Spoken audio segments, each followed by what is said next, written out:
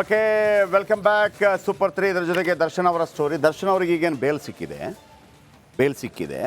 C V Nagesh ಅವರು ವಾದ ಮಾಡಿದರೆ ಅವರಿಗೆ ರೆಗ್ಯುಲರ್ ಬೇಲ್ ಸಿಕ್ಕಿದೆ. ಈಗ ಬೇಲ್ ಯಾಕೆ ಕೊಟ್ರಿ ಅಂಥೇಳಿ ಸರ್ಕಾರ ಅಥವಾ ಪೊಲೀಸರು ಸುಪ್ರೀಂ ಕೋರ್ಟ್ಗೆ ಮೊರೆ ಹೋಗ್ತಾ ಇದ್ದಾರೆ. ದರ್ಶನ್ಗೆ ಬೇಲ್ ವಿರುದ್ಧ ಸುಪ್ರೀಂಗೆ ಮೇಲ್ಮನವಿ ಸಲ್ಲಿಸಲು ರಾಜ್ಯ ಪೊಲೀಸರ ನಿರ್ಧಾರ. ಸುಪ್ರೀಂಗೆ ಮೇಲ್ಮನವಿ ಸಲ್ಲಿಸುವ ಪ್ರಕ್ರಿಯೆ ಜಾರಿಯಲ್ಲಿದೆ. ಪೊಲೀಸ್ ಕಮಿಷನರ್ ಬಿ ದಯಾನಂದ್ ಹೇಳಿಕೆ.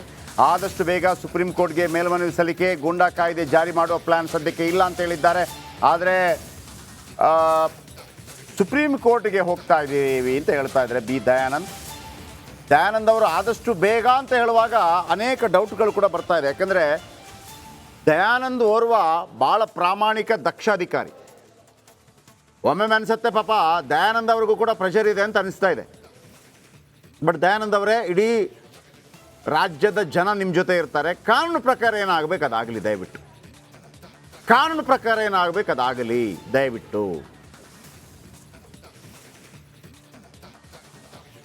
ನಾಗರಾಜ್ ರಿಪೋರ್ಟರ್ ನಮ್ಮೊಂದಿಗೆ ಫೋನದಲ್ಲಿದ್ದಾರೆ. ನಾಗರಾಜ್, ದಯಾನಂದ್ ಆರಂಭದಿಂದಲೂ ಕೂಡ ಭಾಳ ಸ್ಟ್ರಾಂಗ್ ಆಗಿ ನಿಂತ ಕಾರಣಕ್ಕಾಗಿ ಇಲ್ಲಿ ತನಕ ಇಷ್ಟು ಈ ಏನು ಕೇಸ್ ಮುಂದುವರಿಯೋಕ್ಕೆ ಸಾಧ್ಯವಾಯಿತು. ದಯಾನಂದ್ ಅವರು ಅಷ್ಟು ದಕ್ಷ ಮತ್ತು ಪ್ರಾಮಾಣಿಕ ಮತ್ತು ಏಕ್ದಮ್ ಯಾವುದೇ ಕೆಲಸವನ್ನು ಏನು ಕಾನೂನು ಅಡಿಯಲ್ಲಿ ನಡೆಸ್ಕೊಡುವಂಥವ್ರು.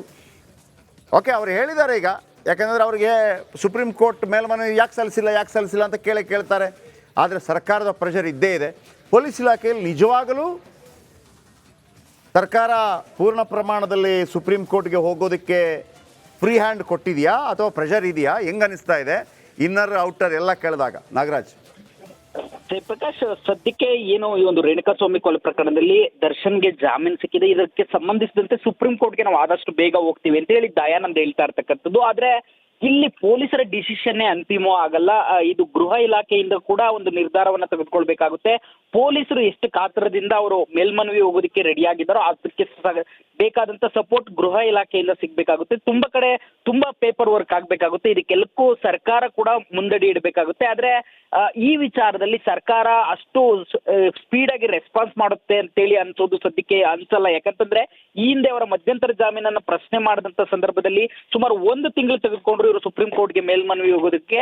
ಆ ಸುಪ್ರೀಂ ಕೋರ್ಟ್ ಮೇಲ್ಮನವಿ ಹೋಗಿದ್ದು ಅದು ವಿಚಾರಣೆಗೆ ಬರೋದಕ್ಕೆ ಮುಂಚೆ ಅವರಿಗೆ ರೆಗ್ಯುಲರ್ ಜಾಮೀನೇ ಸಿಕ್ಕೋಯ್ತು. ಇಂಥ ಪರಿಸ್ಥಿತಿಯಲ್ಲಿ ಸರ್ಕಾರ ಯಾವ ರೀತಿ ಸ್ಪಂದನೆ ಮಾಡುತ್ತೆ ಮತ್ತೆ ಎಷ್ಟು ಬೇಗ ಈ ಸುಪ್ರೀಂ ಕೋರ್ಟ್ಗೆ ಹೋಗ್ತಾರೆ ಅನ್ನೋದು ಕಾದ್ ನೋಡ್ಬೇಕಾಗಿರ್ತಕ್ಕಂಥದ್ದು. ಹಿಂದೆ ಸರ್ಕಾರ ಸ್ಪಂದಿಸಿರೋ ರೀತಿಯನ್ನು ನೋಡಿದ್ರೆ ಈಗಲೂ ಸಹ ಸಾಕಷ್ಟು ತಡ ಆಗೋ ಸಾಧ್ಯತೆನೇ ಇರ್ತಕ್ಕಂಥದ್ದು. ಆದ್ರೆ ಪೊಲೀಸರು ಮಾತ್ರ SPP ಮತ್ತೆ ಪೊಲೀಸರು ಈಗಾಗಲೇ ರೆಡಿ ಆಗಿದ್ದಾರೆ. ಸರ್ಕಾರಕ್ಕೆ ಏನು ಬೆಳಗಾವಿ ಸೆಷನ್ ನಲ್ಲಿ ಇದ್ದಾರೆ ಗೃಹ ಇಲಾಖೆ ಹಿರಿಯ ಅಧಿಕಾರಿಗಳೆಲ್ಲ, ಅವ್ರು ಬಂದ ಕೂಡಲೇ ಅವರಿಂದ ಅನುಮತಿ ಪಡೆದುಕೊಳ್ಳೋದಕ್ಕೆ ಕಾಯ್ತಾ ಇರ್ತಕ್ಕಂಥದ್ದು. ಜಯಪ್ರಕಾಶ್, ಥ್ಯಾಂಕ್ ಯು ನಿಮ್ಮೆಲ್ಲ ಮಾಹಿತಿಗಾಗಿ, ನಿಮ್ಮೆಲ್ಲ ಅಪ್ಡೇಟ್ಸ್ಗಾಗಿ. ಒಂದಂತೂ ಭಾಳ ಕ್ಲಿಯರ್ ವೀಕ್ಷಕರೇ, ಪೊಲೀಸ್ ರೆಡಿ ಇದೆ, ಎಲ್ಲ ರೆಡಿ ಇದ್ದಾರೆ. ಯಾಕೆಂದರೆ ಕಾನೂನು ಪ್ರಕಾರ ಹೋಗೋದಕ್ಕೆ ಸರ್ಕಾರ ಸ್ವಲ್ಪ ಹಿಂದೇಟು ಹಾಕದಂಗೆ, ಪ್ರೆಷರ್ ಹಾಕದಂಗೆ ಕಾಣ್ತಾ ಇದೆ.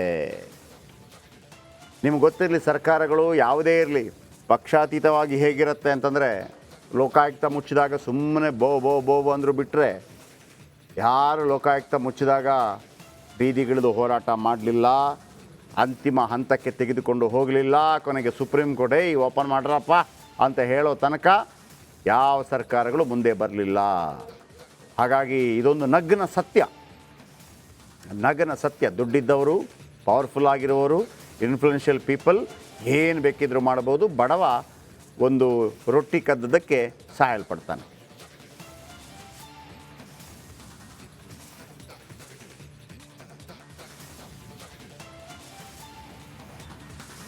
ನೋಡಿ, ಈಗ ರೆಗ್ಯುಲರ್ ಜಾಮೀನು ಯಾಕೆ ಕೊಟ್ರಿ ಅಂತೇಳಿ 2 ವಾದ ಆಯ್ತಲ್ಲ. ಸಿ ವಿ ನಾಗೇಶ್ ವಾದ, ಮತ್ತೊಂದು SPP ಪ್ರಸನ್ನಕುಮಾರ್ ವಾದ. ಸಿ ವಿ ನಾಗೇಶ್ ವಾದಕ್ಕೆ ನಿಮಗೆ ಸಿ ವಿ ನಾಗೇಶ್ ಏನು ದರ್ಶನ್ ಅವರ ಬಗ್ಗೆ ವಾದ ಮಾಡಿ ಜಾಮೀನು ಸಿಕ್ಕಿದಾಗ SPP ಅವರು ಸುಪ್ರೀಂ ಕೋರ್ಟ್ಗೆ ಹೋಗ್ತಾರೆ, ಯಾಕೆ ಕೊಟ್ರಿ ಅಂಥೇಳಿ. ಅದು ಹೋಗಬೇಕು ಅಂದರೆ ಪೊಲೀಸ್ ಇಲಾಖೆ ರೆಡಿ ಮಾಡಬೇಕು. ಪೊಲೀಸ್ ಇಲಾಖೆ ರೆಡಿಯಾಗಿ ಮೇಲಕ್ಕೆ ಹೋಗಬೇಕು ಅಂತಂದರೆ ಸರ್ಕಾರ ಅದಕ್ಕೆ ಪೂರ್ಣ ಪ್ರಮಾಣದಲ್ಲಿ ಫ್ರೀಡಮ್ ಕೊಡ್ತಾ ಇಲ್ಲ ಅನ್ನುವಂಥ ಆರೋಪ ಕೇಳಿ ಬರ್ತಾ ಇದೆ. ದಯಾನಂದ್ ಮಾತಾಡ್ತಾ ಇದ್ದಾರೆ, ಕೇಳಿಸ್ಕೊಳ್ಳಿ.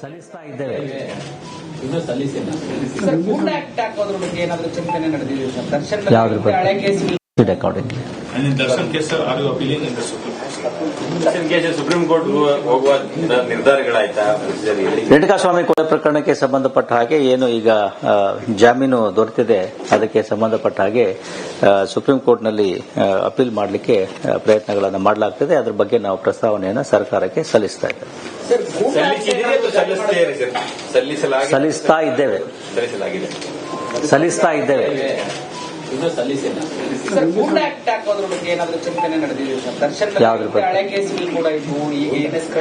ಯಾವುದು ಚಿಂತನೆ ಇಲ್ಲಪ್ಪ. ಸಂಬಂಧಪಟ್ಟಂತೆ ಒಂದು ಎಫ್ಐಆರ್ ವಿಧಾನಸೌಧ ಪೊಲೀಸ್ ಠಾಣೆಯಲ್ಲಿ ಪ್ರಕರಣ ದಾಖಲಾಗಿದೆ. ಅದರ ತನಿಖೆಯನ್ನ ಮಾಡ್ತಾ ಇದ್ದಾರೆ.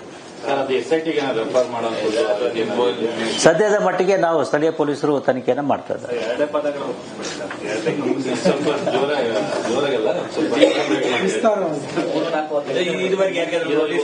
ನೋಡ್ತಾ ಇದ್ದೀರಾ ರಿಪಬ್ಲಿಕ್ ಕನ್ನಡ. ನಾನು ಶ್ರುತಿ, ನನ್ನ ಜೊತೆಗೆ ನನ್ನ ಸಹೋದ್ಯೋಗಿ ನಿಕೇಶ್ ಕೊಠಾರಿ ಕೂಡ ಜಾಯ್ನ್ ಆಗಿದ್ದಾರೆ. ಕರ್ನಾಟಕ ಎಕ್ಸ್ಪ್ರೆಸ್ ನ್ಯೂಸ್ ನೋಡೋಕ್ಕೂ ಮುನ್ನ ಒಂದು ಮೇಜರ್ ಅಪ್ಡೇಟ್ ಲಭ್ಯವಾಗ್ತಾ ಇದೆ. ಬಹು ಚರ್ಚಿತ ಒಂದು ದೇಶ ಒಂದು ಚುನಾವಣೆ ಮಸೂದೆ ಲೋಕಸಭೆಯಲ್ಲಿ ಮಸೂದೆಯನ್ನ ಮಂಡಿಸಿದ್ದಾರೆ ಮೇಘವಾಲ್. ಕಾನೂನು ಸಚಿವ ಅರ್ಜುನ್ ರಾಮ್ ಮೇಘವಾಲ್ ಅವರು ಮಂಡಿಸಿದ್ದಾರೆ ಅನ್ನೋದ್ರ ಡೀಟೇಲ್ ಸಿಗ್ತಾ ಇದೆ. ಬಹು ಚರ್ಚಿತ ಪ್ರಧಾನಿ ನರೇಂದ್ರ ಮೋದಿ ಅವರ ಮಹತ್ವಾಕಾಂಕ್ಷೆಯ ಯೋಜನೆ ಇದು. ಒಂದು ದೇಶ ಒಂದು ಚುನಾವಣೆ. ಇದರರ್ಥ ಇಡೀ ದೇಶಕ್ಕೆ ಒಂದೇ ಸಲ ಚುನಾವಣೆ ಆಗಬೇಕು ಅಂತ. ಆರಂಭದಿಂದಲೂ ಕೂಡ ವಿಪಕ್ಷಗಳು ಇದನ್ನ ವಿರೋಧ ಮಾಡ್ಕೊಂಡು ಬಂದಿದೆ. ಬಟ್ ಈಗ ಮಂಡನೆ ಮಾಡಿದ್ದಾರೆ ಕಾನೂನು ಸಚಿವ. ಮಸೂದೆ ಮಂಡನೆಗೆ ಕಾಂಗ್ರೆಸ್ನಿಂದ ಭಾರಿ ಆಕ್ಷೇಪ ವ್ಯಕ್ತವಾಗ್ತಾ ಇದೆ. ಮಸೂದೆ ಸಂವಿಧಾನದ ಮೇಲಿನ ದಾಳಿ ಅಂತ ಕಾಂಗ್ರೆಸ್ ಲೇವಡಿ ಮಾಡ್ತಾ ಇದೆ. ಕಾಂಗ್ರೆಸ್ ಜೊತೆ ಇತರ ವಿಪಕ್ಷಗಳಿಂದಲೂ ಕೂಡ ವಿರೋಧ ಇದೆ. ಇಲ್ಲಿ ಇರೋದು ಪಾಯಿಂಟ್.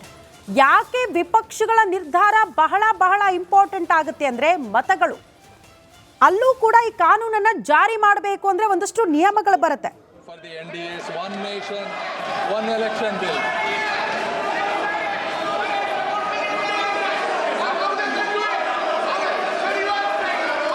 Sir, our party's...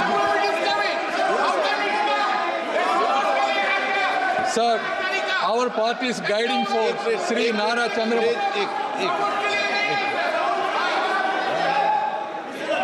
एक मिनट रूल 72 में है, लेकिन एक मिनट, हमने वक्त के समय भी सभी माननीय संसदीय कार्य मंत्री जी, आप बोलिए ना कुछ.